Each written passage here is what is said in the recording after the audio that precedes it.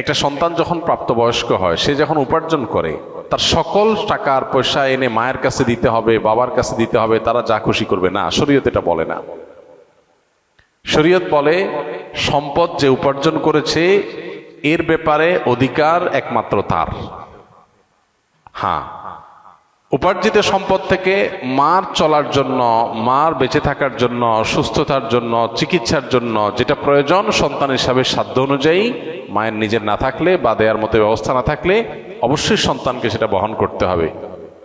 আর স্ত্রীর সর্বাবস্থায় স্বামী হিসাবে স্ত্রীর ভরণ পোষণ এটার ব্যবস্থা করতে হবে। এর বাইরে উদ্বৃত্ত টাকা সেটা ছেলে কি মাকে উপহার হিসাবে অতিরিক্ত দিবে, না স্ত্রীকে দিবে, না কাকে কত দিবে, নাকি আদৌ কাউকে না দিয়ে নিজের অ্যাকাউন্টে রাখবে, এটা একান্ত তার ব্যাপার। এখানে শরীয়ত মা বাবাকে ইন্টারফেয়ার করার অধিকার দেয় নাই সেইভাবে যেভাবে আমাদের অনেক মা বাপ মনে করেন যে তাদের অধিকার আছে। ছেলে বিদেশ গেছে, উপার্জন করে টাকা পাঠাবে সব বাপের নামে মায়ের নামে, তারা যা খুশি করবে, তারা সেখান থেকে বৌমাকে যা দেওয়া দিবে আর যা নেওয়া দেওয়ার না দিবে না। এভাবে আসলে ইসলাম মা বাবাকে এতটা অধিকার দেয় না যে সম্পদ সারা জীবন যা কামাই করবে সব বাপ মা যা ইচ্ছা তা করবে। জি না, এই সুযোগটা নেই। অনেক মা বাবা এটা জানেন না এবং এখানে অনধিকার চর্চা করেন তারা। সন্তান হিসাবে অবশ্যই মা বাবার সামনে যত বেশি সম্পদ নিজেকে, যত বেশি সম্ভব নিজেকে বিনয়ী করে তুলবে, সমর্পণ করবে, তাদের কথা মতো চলার চেষ্টা করবে। তাদের লাগবে 10 টাকা, সম্ভব হলে 15 টাকা দিবে। তাদের যা দরকার তার চেয়ে বেশি দেওয়ার চেষ্টা করবে, তাদের চাহিদার চাইতে বেশি সেবা করার চেষ্টা করবে। এটা সন্তানের জায়গা থেকে তার মানসিকতা থাকা উচিত। মা বাবার প্রতি কর্তব্য বোধের জায়গা থেকে তারা আমাদের মা বাবা। আল্লাহর পরে তাদের সদাচরণ করার গুরুত্ব সবচেয়ে বেশি আল্লাহর ইবাদতের পরে। অতএব সেটা খেয়াল রাখবে। কিন্তু মা বাবা এর মানে এই না যে সব কিছু মা বাপ নিয়ন্ত্রণ করবে। জি না, এখান থেকেই সংসারে অশান্তিটা শুরু। মা বাপ জানে না তাদের অধিকারের রূপরেখা কি এবং কতটুকু সীমানা আছে।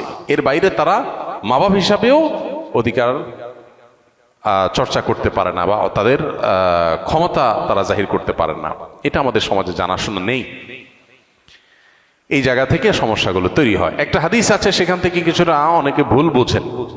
হাদিসটার হলো এই, নবী সাল্লাল্লাহু আলাইহি ওয়াসাল্লাম বলেছেন, আনতা ওয়া মালুকা লি আবিক, তুমি এবং তোমার যাবতীয় এবং সমুদয় সহায় সম্পদ সব তোমার বাপের, মায়ের, বাবা মায়ের।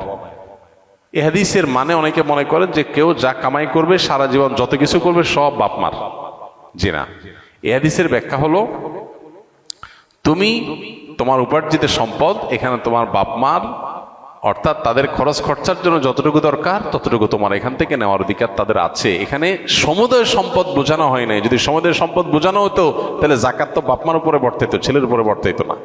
কারণ সম্পদ যদি একজনের হয়, জাকাত তো আরেকজনের উপরে বর্তাবে না। এরকম আরো বহু প্রশ্ন তৈরি হবে। তো এই জন্য এই হাদিসটার ব্যাখ্যা আমরা অনেকে ভুল বুঝি এবং এর ফলশ্রুতিতে অনেক মা বাপ একটু বাড়াবাড়ি করেন, সীমা লঙ্ঘন করেন এবং সেক্ষেত্রে স্ত্রীর সাথে ছেলের দূরত্ব তৈরি হয়। তো এগুলো আমাদের ব্যালেন্স করতে হবে। এবং একইভাবে আপনার সম্পদের ব্যাপারে স্ত্রীরও এই মানসিকতা থাকতে হবে যে স্বামী তার উপার্জন করার পর আমার ভরণ পোষণ ঠিকঠাক মতো দিচ্ছেন কিনা। যদি দেন, এরপর বাকি সম্পদ তিনি কি করবেন, তিনি কি তার মাকে দিয়ে দিচ্ছে অতিরিক্তটা, না ভাইকে দিয়ে দিচ্ছে, বোনকে দিয়ে দিচ্ছে, এটা একান্ত তার ব্যাপার। আমার এটা নিয়ে মাথা ঘামানোর দরকার নাই, হেডেক নেওয়ার দরকার নাই। বেশিরভাগ মহিলাই অহেতুক পেরেশানি করে নিজেও কষ্ট পায়, সংসারটাকে অশান্তি করে। আমার পরিচিত এরকম আত্মীয় স্বজনের ভিতরে এরকম মেয়েদের কথা জানি যে স্বামী লক্ষ লক্ষ টাকা ধরা খাচ্ছে, কোথাও কাউকে দিয়ে দিচ্ছে, কোনো ভাবনা নেই। আমার তো এটা দেখার দরকার নাই। আমার দেখা দরকার হলো যে আমার ছেলে মেয়ে এবং আমার ভরণ পোষণের ব্যবস্থা সে করছে কিনা। সেটা যদি সে না করে, আমার অধিকার যদি সে খর্ব করে, সেগুলোও যদি সে মানুষকে দিয়ে দেয়, তাহলে অবশ্যই আমি সেখানে দাবি তুলব, যথাযথ নিয়মে আমি আর্গুমেন্ট করব। কিন্তু আমি আমারটা যথাযথ পাচ্ছি, আর দরকারটা কি? বেশিরভাগ মহিলারা স্বামীকে চায় কবজার ভিতরে আনতে, কন্ট্রোলের ভিতরে আনতে, যে আমার কথা উঠবা, আমার কথা বসবা, আমার কথা এদিক ঘোরাবা, আবার এদিক গাড় ফিরাবা। এই যে স্বামীকে গোলাম বানাতে চায়, এটা আরেক সমস্যা। তাহলে একদিক থেকে মা বাপের সমস্যা, আরেক দিক থেকে বইয়ের সমস্যা। এই সমস্যাটা কেন হয়? কারণ তার কতটুকু অধিকার আছে এটা সে জানে না। তার যতটুকু অধিকার আছে তিনি তার চাইতে আরো বেশি খাটাইতে চেষ্টা করেন। এটাই হলো একটা ভুলের জায়গা। দাম্পত্য জীবনের সুখ শান্তির জন্য এই জিনিসগুলো অনেক গুরুত্বপূর্ণ। এই জন্য বিয়ের আগে ট্রেনিং হওয়া দরকার। সন্তানকে ছেলে মেয়ে করে বিয়ে করাবেন, সেখানে কি করবেন কি না করবেন, কোথায় অধিকার খাটাতে যাবেন কোথায় খাটাতে যাবেন না, এগুলোর উপর ট্রেনিং হওয়া দরকার। আমার অনেক দিনের স্বপ্ন ইনশাআল্লাহ এরকম একটা ট্রেনিং ডেভেলপ করার, যে বিবাহ ইচ্ছুক ছেলে মেয়েরা এই ট্রেনিং করবে। ডে লং ট্রেনিং হবে, পাওয়ার পয়েন্ট প্রেজেন্টেশন হবে, যে তারা দাম্পত্য জীবনকে সুখী করবার জন্য তাদের কোন কোন পলিসি পদ্ধতি অবলম্বন করতে হবে, চ্যালেঞ্জগুলো কিভাবে ওভারকাম করবে, এই সব বিষয়গুলো থাকবে ইনশাআল্লাহ। খুব শীঘ্রই আমরা এটা হয়তো ঘোষণায় যাব এবং এই ট্রেনিংটা শুরু করব। তো আমাদের বাসা বাড়িতে যে অশান্তিগুলো আছে, যে কলহগুলো আছে, আল্লাহ তাআলা সেগুলোকে দূর করার তৌফিক দান করুন। সবাইকে যার যার অধিকার, সবাইকে যার যার করণীয়গুলো আদায় করার তৌফিক দান করুন। আমাদের বোনদের যারা স্ত্রী হয়ে কোথাও কারোর সংসারে আছেন, কারোর সাথে দিনাতিপাত করছেন, সেখানে নিজের অধিকারের চাইতে বেশি অধিকার খাটানোর চেষ্টা তার করা যেমন উচিত নয়, ঠিক একইভাবে মায়েদের বাবাদেরও উচিত নয় সন্তানের সম্পদ এবং উপার্জনের পরে অতিরিক্ত মাথা ঘামানো।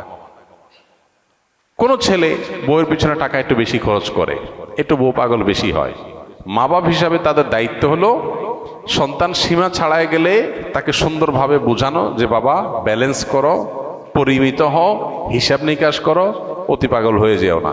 এরপর যদি দেখা যায় যে না ছেলে ভুল বুঝে বা বৌমা ভুল বোঝে, তো বাপ মা হিসাবে তারা তাদেরটা পাচ্ছে কিনা তারা দেখবে, বাকিটা নিয়ে মাথা ব্যথা করবে না, বরং আল্লাহর পর হাওয়ালা করে দিবে। কারণ বিয়ের পর বিশেষ করে কয়েক বছর পর্যন্ত, একটা নির্দিষ্ট সময় পর্যন্ত এই পাগলামিগুলো ছেলেরা করে। এরপর আস্তে আস্তে হুঁশ ফিরে আসে, মাথায় ব্যালেন্স হয়, তখন সে আর আগের মতো পাগলামি করে না। তো এই টাইমটাতে মা বাবার সহযোগিতা করতে হয়, হেল্প করতে হয়। মা বাবা এখানে এসে জোর খাটাতে গিয়া অশান্তি সৃষ্টি করে দিলে এই যে পলাশ সাহার মতো ঘটনাগুলো ঘটে, এই ঘটনাগুলো যেন আমাদের পরিবারে না ঘটে, আল্লাহ আমাদের মা বাবাদেরকে এবং স্ত্রীদেরকে সবাইকে যার যার দায়িত্ব কর্তব্যের সীমা রেখাটা বোঝার তৌফিক দান করুন।